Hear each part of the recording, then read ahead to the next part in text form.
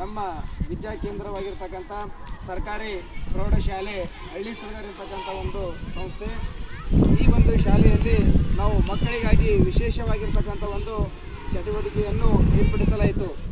ಅದರಲ್ಲಿ ವಿಶೇಷವಾಗಿ 8ನೇ ತರಗತಿಯಲ್ಲಿ ಬರ್ತಕ್ಕಂಥ ಒಂದು ಸಮಾಜ ವಿಜ್ಞಾನ ವಿಷಯದಲ್ಲಿ ಮೊದಲನೇ ಪಾಠ, ಇತಿಹಾಸದಲ್ಲಿ ಬರ್ತಕ್ಕಂಥ ಮೊದಲನೇ ಪಾಠ ಆಧಾರ ಎಂತಕ್ಕಂಥ ಒಂದು ಪಾಠದ ಮೇಲೆ 8ನೇ ತರಗತಿಯ ವಿದ್ಯಾರ್ಥಿಗಳಿಗೆ ಒಂದು ಚಟುವಟಿಕೆಯನ್ನು ನೀಡಲಾಯಿತು.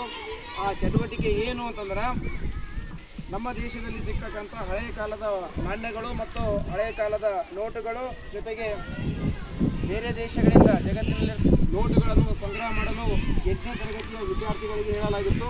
ಇದಕ್ಕಾಗಿ ಅವರಿಗೆ 1 ತಿಂಗಳ ಒಂದು ಕಾಲಾವಧಿ ನೀಡಲಾಗಿತ್ತು.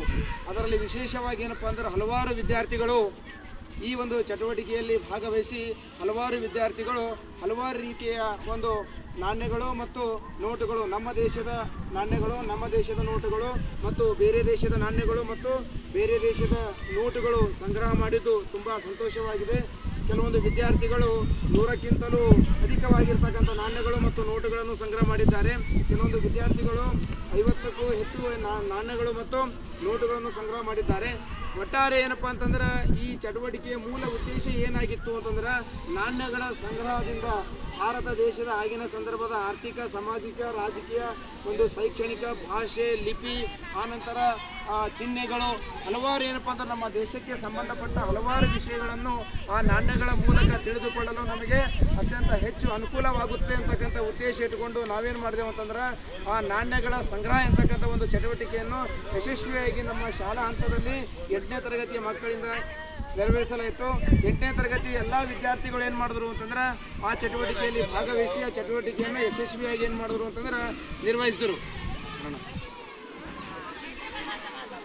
ಓಕೆ ವಿದ್ಯಾರ್ಥಿಗಳೇ, ಈಗ ವಿವಿಧ ರೀತಿಯ ನಾಣ್ಯಗಳು, ನೋಟುಗಳನ್ನು ಸಂಗ್ರಹ ಮಾಡಿರ್ತಕ್ಕಂಥ ವಿದ್ಯಾರ್ಥಿಗಳನ್ನು ವೇದಿಕೆಯ ಮೇಲೆ ಕರೆಸಿ ನಮ್ಮ ಶಾಲೆಯಲ್ಲಿರ್ತಕ್ಕಂಥ ಮುಖ್ಯ ಗುರುಗಳು ಮತ್ತು ಸಿಬ್ಬಂದಿ ವರ್ಗದಿಂದ ಅವರಿಗೆ ಬಹುಮಾನ ನೀಡಿ ಗೌರವ ನೀಡ್ತಕ್ಕಂಥ ಒಂದು ಸಂದರ್ಭ. ಹಾಗಾಗಿ ಈ 8ನೇ ತರಗತಿಯಲ್ಲಿ ಅತ್ಯಧಿಕ ಹೆಚ್ಚು ನಾಣ್ಯಗಳು ಮತ್ತು ನೋಟುಗಳು ಸಂಗ್ರಹ ಮಾಡಿ ಪ್ರಥಮ ಸ್ಥಾನ ಪಡೆದಿರ್ತಕ್ಕಂಥ ವಿದ್ಯಾರ್ಥಿ ಗುರುರಾಜ್. ಆ ವಿದ್ಯಾರ್ಥಿ ವೇದಿಕೆ ಮೇಲೆ ಬರಬೇಕು. ಒಟ್ಟ 171 ನಾಣ್ಯಗಳು, ಅದರಲ್ಲಿ ನೋಟು ಮತ್ತು ನಾಣ್ಯಗಳು ಹಳೆಯ ಕಾಲದ್ದು 171 ನಾಣ್ಯಗಳನ್ನು ಸಂಗ್ರಹ ಮಾಡಿರ್ತಕ್ಕಂಥ ವಿದ್ಯಾರ್ಥಿ ಗುರುರಾಜ್. ಈ ವಿದ್ಯಾರ್ಥಿಗೆ ಏನಪ್ಪ ಅಂತಂದ್ರೆ, ನಮ್ಮ ಸಂಸ್ಥೆ ಕಡೆಯಿಂದ ಪ್ರಥಮ ಬಹುಮಾನ ಪಡೆಯುತ್ತಾನೆ. ಆ ಬಹುಮಾನವನ್ನು ನಮ್ಮ ಸಂಸ್ಥೆಯ ಹಿರಿಯ ಶಿಕ್ಷಕರಾಗಿರ್ತಕ್ಕಂಥ ಮತ್ತು ಸೃಜನಶೀಲ ವ್ಯಕ್ತಿಗಳಾಗಿರ್ತಕ್ಕಂಥ ಶ್ರೀ ಸೈಬಣ್ಣ ಲಂಗೋಟಿ ಸರ್ ಅವರು ಆ ವಿದ್ಯಾರ್ಥಿಗೆ ಏನಪ್ಪ ಅಂತಂದ್ರೆ ಬಹುಮಾನವನ್ನು ವಿತರಿಸಬೇಕೆಂದು ಅವರಲ್ಲಿ ವಿನಂತಿಸ್ಕೊಳ್ತೇನೆ.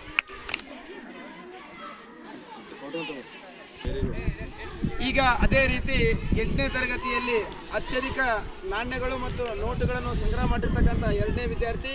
ಈ ವಿದ್ಯಾರ್ಥಿ ಒಟ್ಟು 66 ಏನಪ್ಪ ಅಂತಂದ್ರೆ ನಾಣ್ಯಗಳನ್ನು ಸಂಗ್ರಹ ಮಾಡಿರ್ತಕ್ಕಂಥ ವಿದ್ಯಾರ್ಥಿ. ಆ ವಿದ್ಯಾರ್ಥಿ ಹೆಸರು ಅಖಿಲೇಶ್. ಆ ವಿದ್ಯಾರ್ಥಿ ವೇದಿಕೆ ಮೇಲೆ ಬರಬೇಕು. ಎಲ್ಲ ಮಕ್ಕಳು ಚಪ್ಪಾಳೆ. ದ್ವಿತೀಯ ಬಹುಮಾನ ಅಖಿಲೇಶ್. ಅತ್ಯಧಿಕ ನಾಣ್ಯಗಳಂದ್ರೆ 66 ನಾಣ್ಯಗಳನ್ನು ಸಂಗ್ರಹ ಮಾಡಿ 2ನೇ ಬಹುಮಾನ ಪಡೆದಿರ್ತಕ್ಕಂಥ ವಿದ್ಯಾರ್ಥಿ ಅಖಿಲೇಶ್. ಈ ವಿದ್ಯಾರ್ಥಿಗೆ ಏನಪ್ಪ ಅಂದ್ರೆ, ನಮ್ಮ ಶಾಲೆಯ ಇಂಗ್ಲಿಷ್ ಪಂಡಿತರಾಗಿರ್ತಕ್ಕಂಥ ಶ್ರೀ ವಿಶ್ವನಾಥ್ ಸರ್ ಅವರು ವೇದಿಕೆ ಮೇಲೆ ಬಂದು ಈ ವಿದ್ಯಾರ್ಥಿಗೆ ಬಹುಮಾನ ನೀಡಬೇಕೆಂದು ಅವರಲ್ಲಿ ವಿನಂತಿಸ್ಕೊಳ್ತೇನೆ. ಎಲ್ಲ ಮಕ್ಕಳು ಜೋರ ಚಪ್ಪಾಳೆ.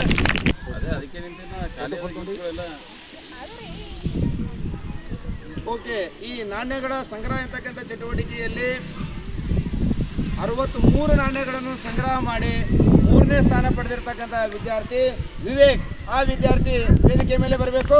ಎಲ್ಲ ಮಕ್ಕಳು ಜೋರ ಚಪ್ಪಾಳೆ ತಟ್ಟಬೇಕು.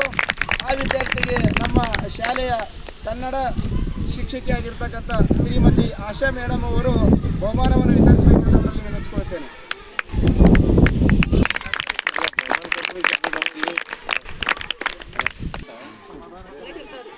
ಈಗ ಬಹುಮಾನ ಪಡೆದ 3 ಜನ ವಿದ್ಯಾರ್ಥಿಗಳು ದಯಮಾಡಿ ವೇದಿಕೆ ಮೇಲೆ ಬರಬೇಕು.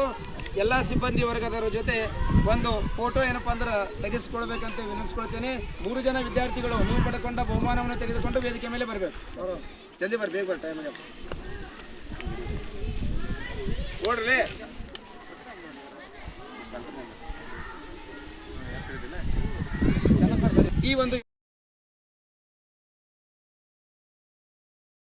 ಈ ಒಂದು 8ನೇ ತರಗತಿಯ ವಿದ್ಯಾರ್ಥಿಗಳು ನಾಣ್ಯ ಸಂಗ್ರಹ ಮಾಡುವ ಚಟುವಟಿಕೆಯಲ್ಲಿ ಯಶಸ್ವಿಯಾಗಿ ಭಾಗವಹಿಸಿ ಹಲವಾರು ರೀತಿಯ ನಾಣ್ಯಗಳನ್ನು ಸಂಗ್ರಹ ಮಾಡಿರ್ತಕ್ಕಂಥ ಎಲ್ಲ ವಿದ್ಯಾರ್ಥಿಗಳಿಗೆ ಹೃದಯಪೂರ್ವಕವಾಗಿರ್ತಕ್ಕಂಥ ಧನ್ಯವಾದಗಳು. ಜೊತೆಗೆ ಈ ಒಂದು ಬಹುಮಾನ ವಿತರಣೆ ಕಾರ್ಯಕ್ರಮದಲ್ಲಿ ಭಾಗವಹಿಸಿರ್ತಕ್ಕಂಥ ನನ್ನ ಎಲ್ಲ ಆತ್ಮೀಯ ಸಿಬ್ಬಂದಿ ವರ್ಗದವರಿಗೂ ಮತ್ತು ಪ್ರೀತಿಯ ವಿದ್ಯಾರ್ಥಿಗಳಿಗೂ ಹೃದಯಪೂರ್ವಕವಾಗಿರ್ತಕ್ಕಂಥ ಧನ್ಯವಾದಗಳನ್ನು ತಿಳಿಸುತ್ತಾ ಈ ಪುಟ್ಟ ಕಾರ್ಯಕ್ರಮ ಇಲ್ಲಿಗೆ ಮುಗಿಸುತ್ತೇವೆ.